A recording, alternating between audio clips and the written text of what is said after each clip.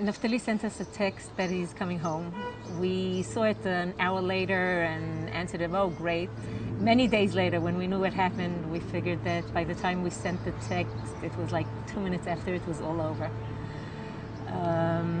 He's a big, responsible boy. We had an early night. We went to sleep.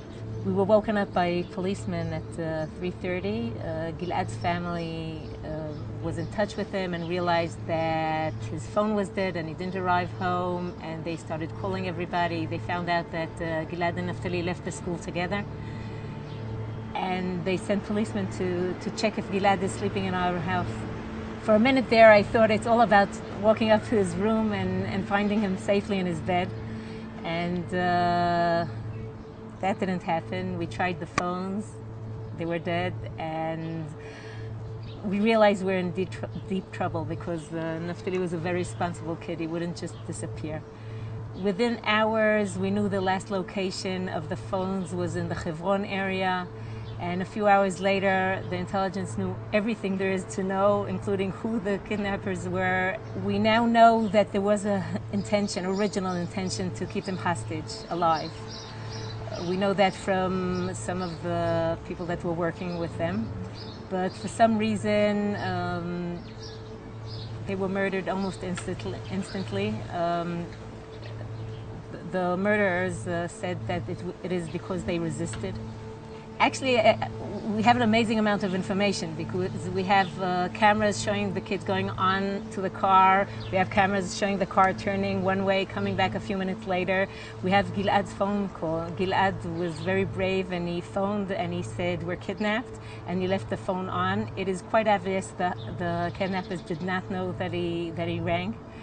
And we actually hear the shooting. We hear the murder.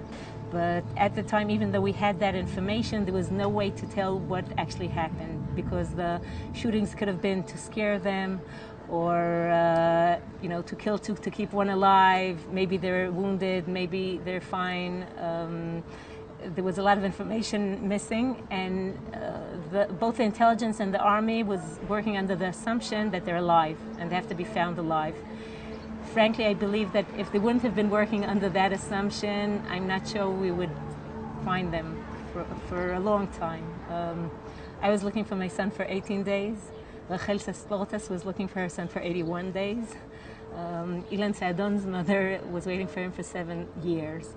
So I don't know how you raise a healthy, happy family under such circumstances. With all the tragedy, the fact that they were found was a lot of grace. It was a chesed. During those days, there was something amazing going on.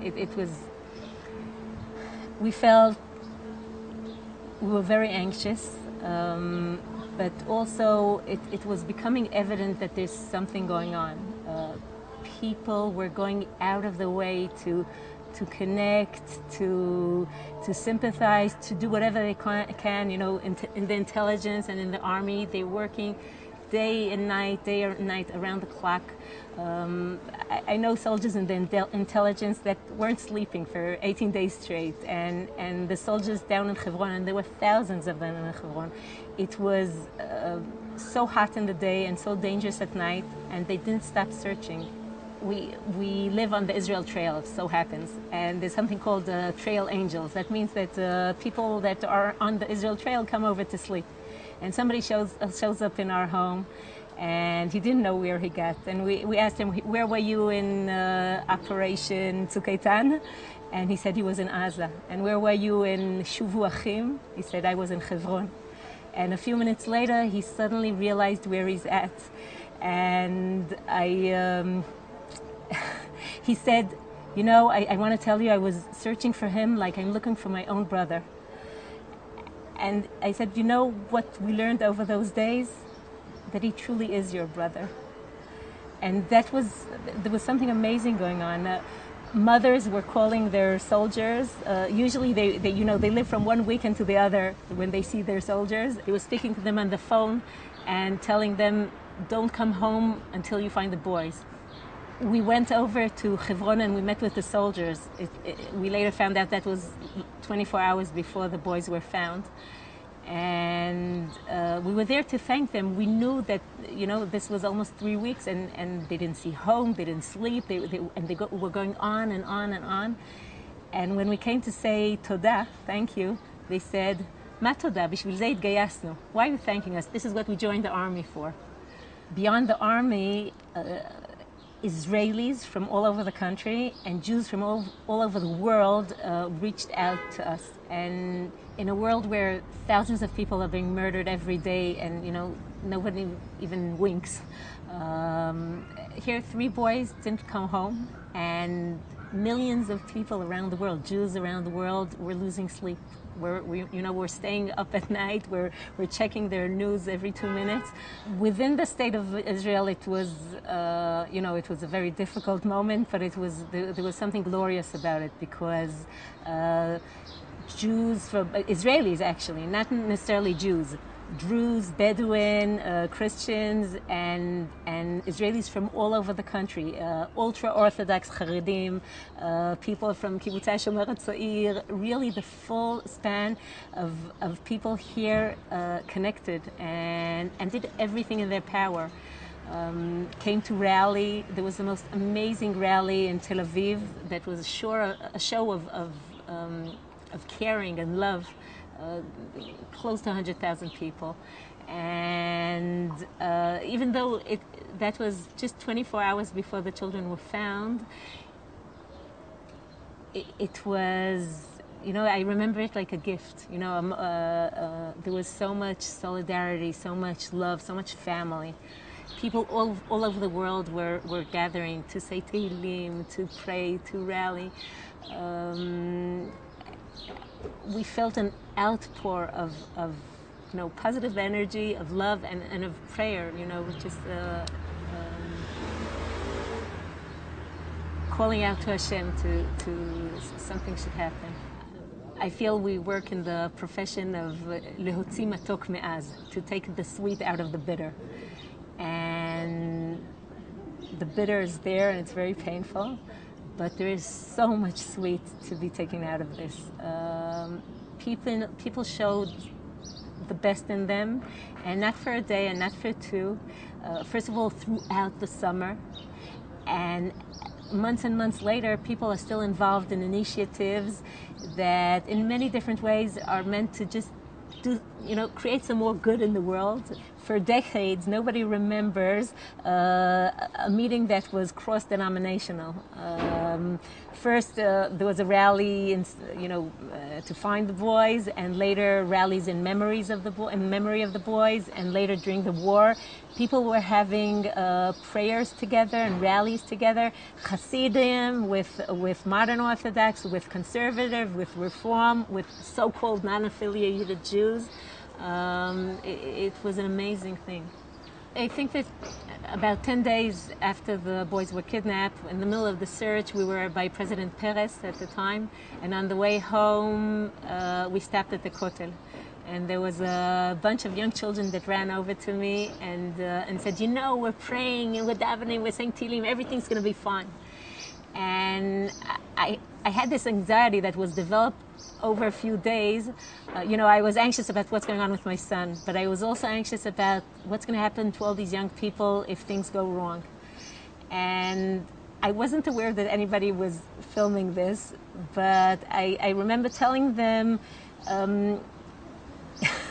not very intelligently, I said,